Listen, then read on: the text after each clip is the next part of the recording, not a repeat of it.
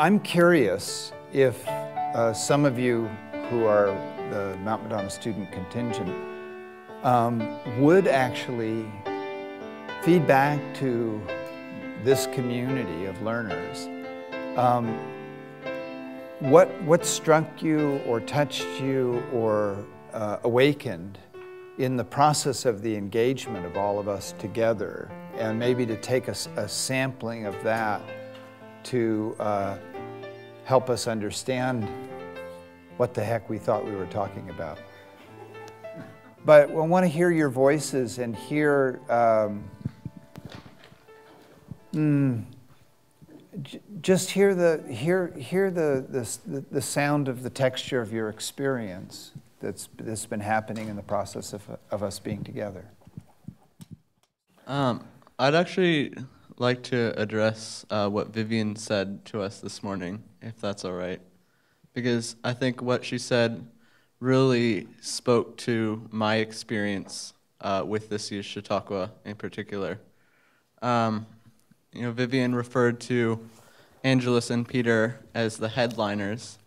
I had a similar word for them, which was superstars. And I think what happens in a community like this, where you find yourself suddenly without your superstars, I think there's two things that has to happen. And the first thing is the community has to appoint more superstars before they're ready to make that appointment. And the superstars have to accept that appointment before they're ready to. And I think over the course of this Chautauqua, I think we've built about 5 or 6 more superstars. So whether we're hearing from Peter next year or Gary, sign me up. Whether we're hearing from Peter next year or Jessica, sign me up. Whether we're hearing from Peter next year or Beth, sign me up, because everyone here is a superstar, and it's just fantastic. I'd like to hear from Quincy next. Yeah. Well, something that struck me and stuck with me a lot lately was the whole concept of the underground, because I had always assumed oh, I'm not in the underground, I have a great family, I go to a great school. But I think from here, talking to other people, everyone has their own underground, and everyone has their own meaning to what that is to them, and it's not compared to anyone else's, and that it's okay to be there, and that the first step is being aware that it's actually present, and you actually can be there, and it will be okay. And I feel like that's the first step of acknowledging that it's there and its presence.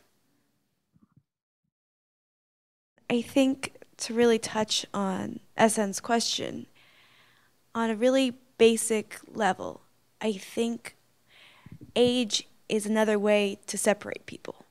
We have adults and we have children. And just like we separate cultures or we separate religions, that when we bring separate groups of people together, we make magic.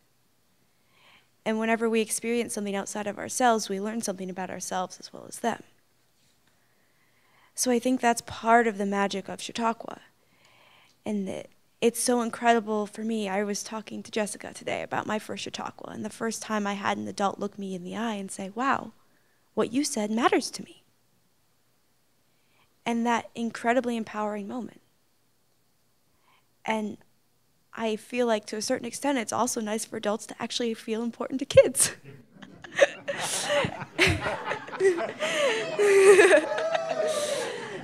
And so I think that it goes so incredibly both ways. That I truly believe it's just as powerful for me to be in the room of people that until Chautauqua I considered above me rather than being with me. And so I just want to thank all of you for giving us that experience, because now when I go out into the world and I experience people, I look for people, I don't settle. So thank you all. So I think, like a lot of people here, this was a year for me of transitions, and it was a hard year for me, and I had a couple endings that were unexpected. And so I've been not my total self, And I think being out in the world away from Mount Madonna, it's easy to not focus on the things that are hard and that are going on for you. But in the past 3 days, one of the big themes was authenticity, and it's just really a blessing to be with people who really want to know your real answer and really want to know what's working you, even if it's not all pleasant.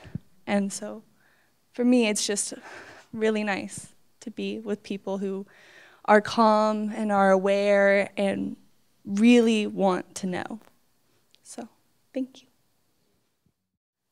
I think my biggest takeaway from the past 3 days is learning to recognize the difference between feeling vulnerable and choosing to be vulnerable.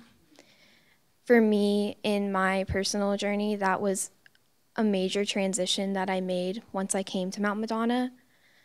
Beforehand, I had had a really rough time for 4 years, and I came to Mount Madonna for a change, and I came reserved, isolated, like I had been hurt by people, so I tried to stay away from that. But in my 3 years here, I have opened up, and instead of feeling vulnerable and feeling like others can hurt me, I have chosen to open myself up to the possibility of getting hurt. But instead of getting hurt, I'm finding that by being vulnerable to people, I only strengthen my relationships. And being here, I was just so reminded of that. And I think that difference is something that we all need to remember, because feeling vulnerable is scary, and it's so easy to stay in that state. But when you choose to be vulnerable, it creates a safety for others to become vulnerable in turn. I think when Larry was talking about what the how that girl got her own story from the teacher, and something that always strikes me when I go to Chautauqua is the topic of how the student can learn from the teacher and how the teacher learns from the student. And I've always, when I go to Chautauqua, I kind of always look at everybody as everybody is on that same level of teacher and student, if that makes sense. And I think one of the most fascinating things is being able to, and for me, the best thing about Chautauqua is being able to talk to people who you don't know anything about really, and you've never met them before, but in some strange way, that vulnerability allows you to see them in the realest way, just from the surface of who they are, without the knowledge of all of the backstories and details about them. I feel like that's almost the best way to really see somebody. And yesterday, when we were doing the practice with creating the stories with the shapes, both of my partners were able to analyze my story in a way that was entirely not what I had intended, but it was completely accurate. And I always feel like when I talk to people at Chautauqua, somehow, even though they don't know me, they completely understand me and know and can relate to everything that I'm saying. So that's what I take away. Especially today, I've been thinking a lot about the relationship between authenticity and vulnerability, and that was inspired by the conversation about the underground. But I wanted to thank some of the newer faces in the room that asked our community, the community of Chautauqua, to take a step forward in authenticity and vulnerability and keep shaking things up and keep trying. Because I think one of the difficulties that goes along with the blessing of knowing everyone in your community really well is you can get caught in boxes of thought patterns where you think people know who you are, you think you know who you are because they have expectations of who you are. And everyone says what they're supposed to say in the script, and the conversations end up sounding the same. And once that happens, even if it was inspired by authentic things in the beginning, I think sometimes the vulnerability can go away because then you're not thinking about what you're saying anymore. So I really wanted to thank some of the newer ones in the room that allowed me, and I think many others that I've talked to take a step further and get out of our comfort zone and keep shaking things up. Because once we stay in our comfort zone and we stop trying to keep moving forward, there's no room for growth in the box of thought patterns. So thank you.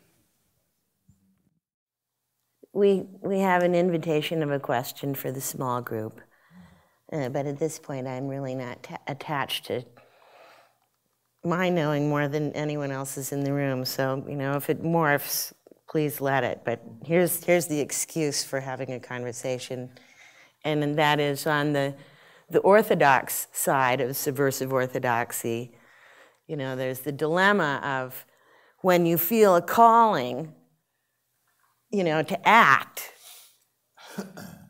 what's the avalanche line that keeps you intact in the risk-taking of responding to your call? And, you know, for me, it's the orthodoxy side, the inner knowing, that wild hair in me that knows when a yes is yes, even if it's scary. So here's the invitation.